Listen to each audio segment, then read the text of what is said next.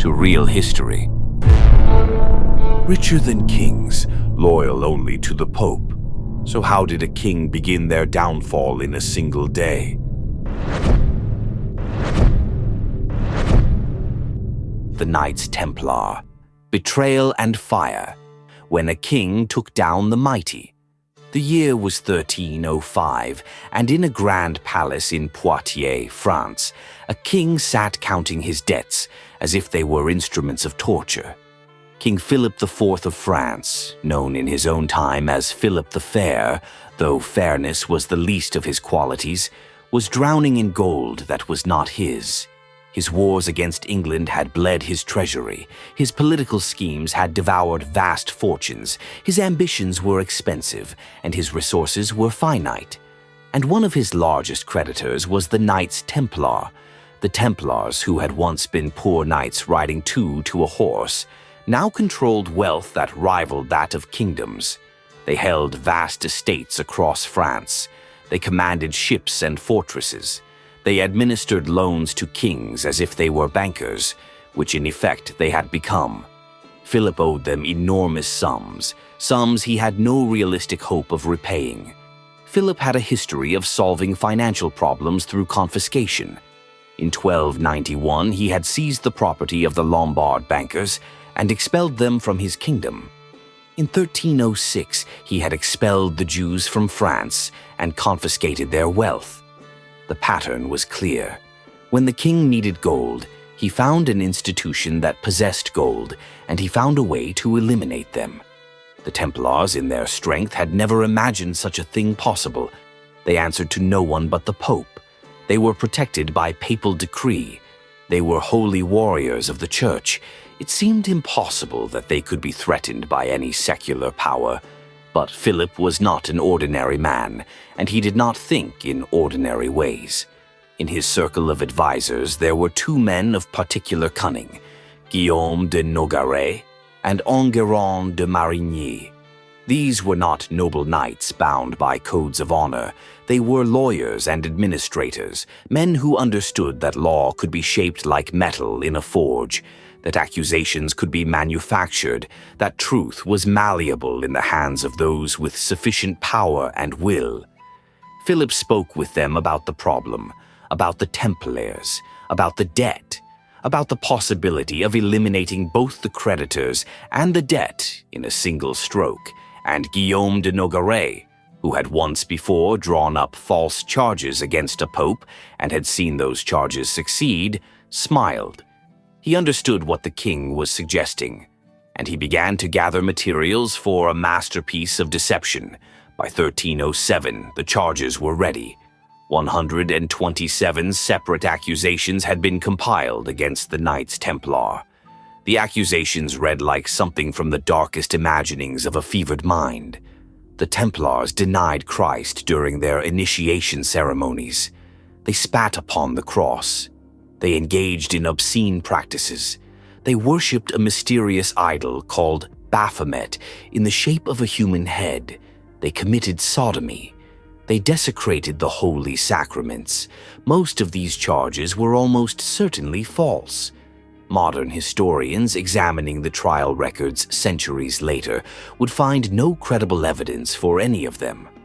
The accusations were almost certainly contrived by Philip's agents, some drawn from disgruntled former Templars who had been expelled from the order for their misdeeds, some created entirely from imagination, all assembled with the express purpose of mobilizing public opinion against an institution that was about to be destroyed. But in 1307, they did not need to be true. They only needed to be believed. On the 14th of September, 1307, Philip issued a secret order to every bailiff and seneschal in his kingdom. The order was sealed and could not be opened until a specific date. When it was opened, it contained instructions for mass arrests of Knights Templar throughout France. The arrests were to take place simultaneously at dawn to prevent the Templars from warning one another or fleeing. Jacques de Molay, the Grand Master of the Knights Templar, had no idea what was coming. He was in Paris, where he was attending a funeral. On 12 October 1307, he served as a pallbearer at the funeral of Catherine of Courtenay, wife of the brother of King Philip himself. De Molay was 70 years old, an old man, worn from years of service, from struggles against impossible odds in the Holy Land, from the weight of commanding an order that had once seemed eternal, but now seemed purposeless. He could not have known, as he performed his final duty as pallbearer, that he would never again walk freely under the open sky. At dawn on Friday, the 13th of October, 1307, the sealed orders were opened across France. Within hours, hundreds of Knights Templar were arrested. The arrests were coordinated with the precision of a military campaign. Soldiers appeared at Templar houses simultaneously in different cities. Knights were pulled from their beds, from their morning prayers, from their duties. Their property was seized, their funds were confiscated. The Templar order, which had seemed as permanent and powerful as the church itself, was brought crashing down in a single day. Jacques de Molay was arrested at the temple in Paris. He was taken into custody by royal soldiers, his hands bound, his freedom stripped away. He was imprisoned in a tower, and there began an ordeal that would consume the remaining years of his life. In the weeks that followed his arrest, de Molay was interrogated repeatedly. The interrogators were not ecclesiastical officials bound by the traditions of the church. They were royal agents, men whose loyalty was to King Philip, not to God or to justice. And they had orders to obtain confessions. Torture was not used in the initial interrogations, not in the crude physical sense. Instead, the torture was psychological. De Molay was isolated. He was told that other Templars had already confessed to all the charges. He was told that if he confessed, he might be pardoned. He was told that resistance was futile, and gradually, worn down by the weight of his circumstances, by isolation, by the knowledge that his entire order was collapsing around him, Jacques de Molay signed a confession. On 24th and 25th October 1307, barely 2 weeks after his arrest, the Grand Master admitted under duress that the Templars had indeed denied Christ during initiation. He admitted that they had spat upon the cross. He admitted to the obscene practices. He signed documents confirming the charges. And then, as Philip ordered, he wrote a letter instructing all the Templars in his order to do the same, to confess, to admit to the charges, to save themselves if they could. But de Molay's moment of weakness would not last. In December 1307, Pope Clement V, outraged at Philip's violation of Templar immunity and his seizure of properties that belonged to the church, sent 2 cardinals to Paris to investigate what had happened. These cardinals interviewed de Molay, and this time, without the immediate pressure of interrogators and without physical confinement, de Molay recovered his courage. He retracted his confession. He told the cardinals that he had confessed under duress, that he had been broken by isolation and fear. He told them that the confession was false. He told them that the Templars were innocent. Clement V was initially sympathetic. The Pope recognized that Philip had acted illegally in arresting the Templars. He ordered the release of the prisoners and demanded that Philip cease his persecution. Philip, however, simply ignored the Pope's orders. And Clement, lacking the military power to enforce his will against a determined king, found himself in an impossible position. Over the following years, a strange ballet of power played out between the king and the Pope. Philip would advance. Clement would retreat. Philip would make threats. Clement would make concessions. Slowly, inexorably, the Pope found himself drawn into complicity with the persecution of the very institution he had once protected. The trials continued. In 1308, de Molay was interrogated again by papal cardinals at Chinon Castle. This time, with royal soldiers present in the room, he returned to his forced admissions. He confessed again to the charges, knowing that to maintain his innocence would mean continued torture and imprisonment.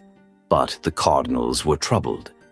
According to documents discovered centuries later, the Chinon parchment hidden away in the Vatican archives, Pope Clement V absolved de Molay and other Templar leaders of the charges of heresy.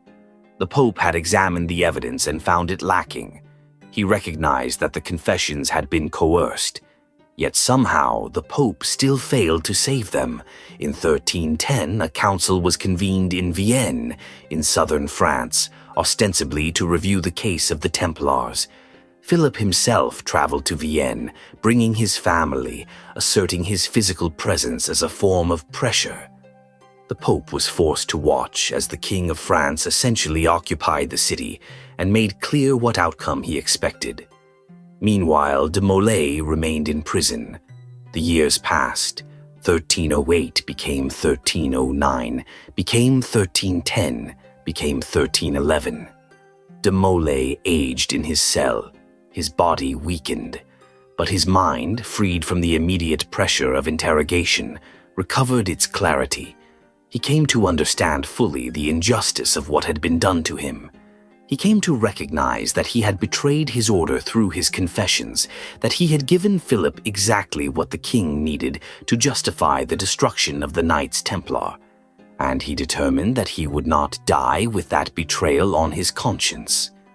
On 22nd March 1312, at the Council of Vienne, Pope Clement V issued a papal bull called Vox in Excelso, a voice from on high. The bull did not declare the Templars guilty of heresy. Instead, it used a formula of studied ambiguity.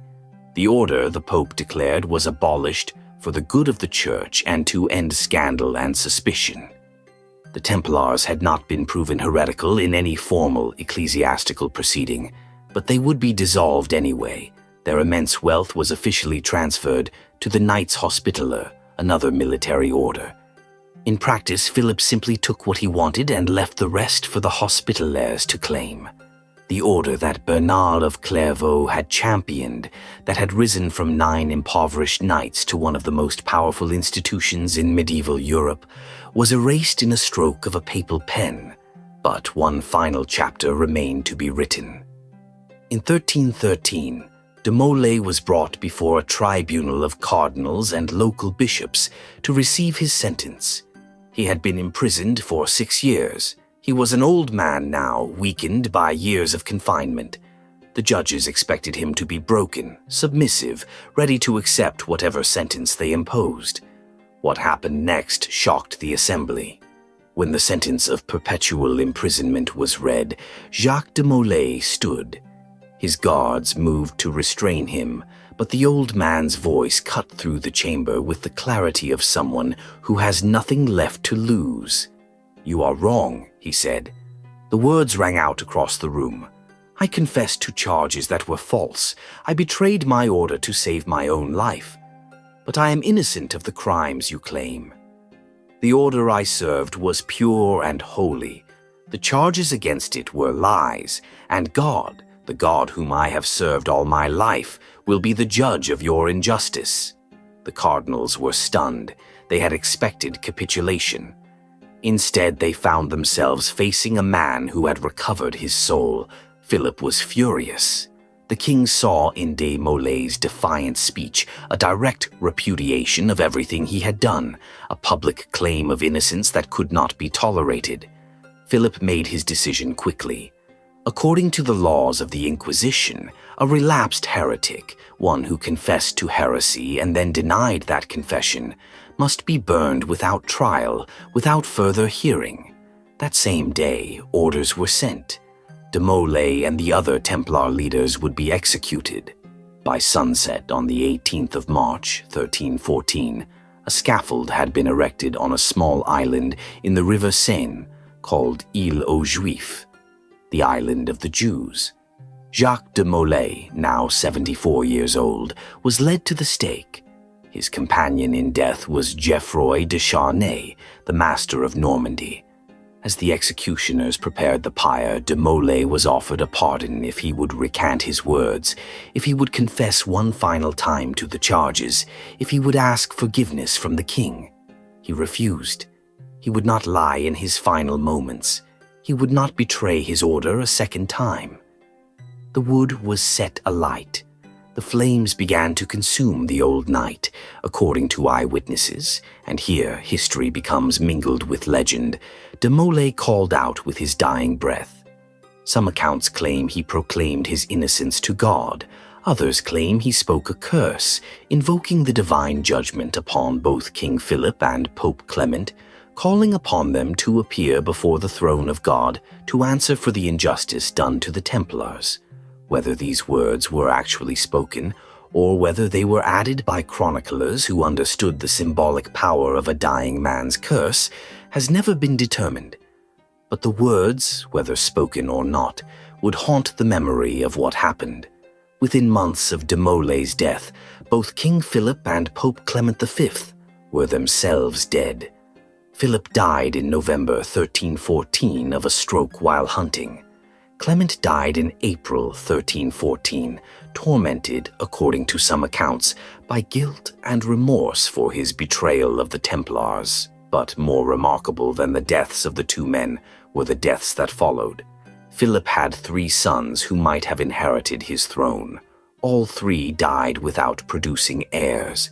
The great house of Capet, which had ruled France for 300 years, collapsed within a generation of the destruction of the Templars. A direct line of succession that had seemed eternal and inevitable was broken.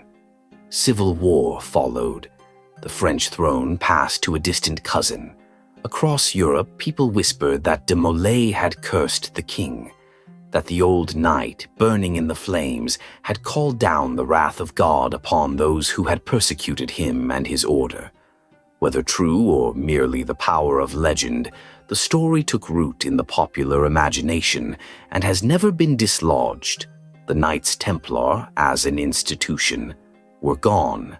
Their properties had been seized or transferred. Their members had been dispersed, executed, or integrated into other orders.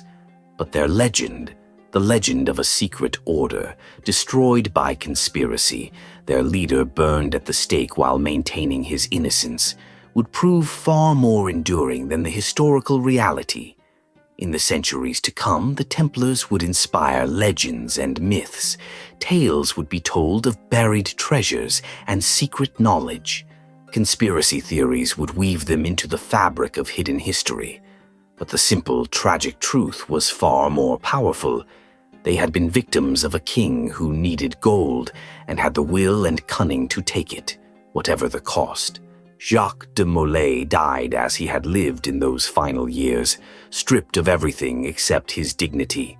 In his last moments, burning in the flames, he held on to something that Philip could never seize, the truth of his own innocence, and in doing so he became something far more powerful than a mere warrior or administrator.